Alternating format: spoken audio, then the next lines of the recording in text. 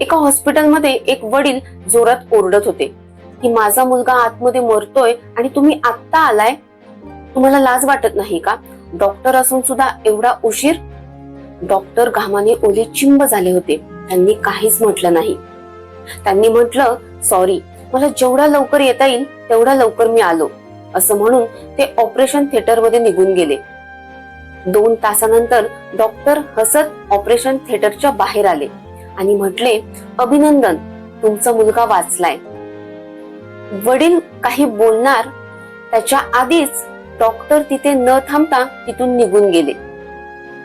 वडिलांनी शेजारीच असणाऱ्या नर्सला म्हटलं, ही किती गर्विष्ठ आहेत डॉक्टर, माझ्याशी 2 मिनिट सुद्धा बोलू शकत नाहीत. नर्सच्या डोळ्यामध्ये पाणी आलं.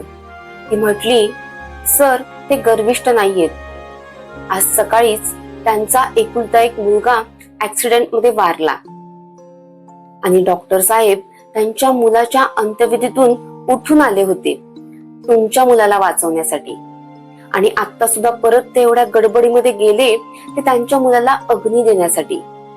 हे ऐकताच वडिलांच्या पायाखालची जमीन सरकली. मित्रांनो, आपण दुसऱ्यांचे चेहरे बघू शकतो पण त्यांचा संघर्ष नाही बघू शकत, बरोबर आहे ना?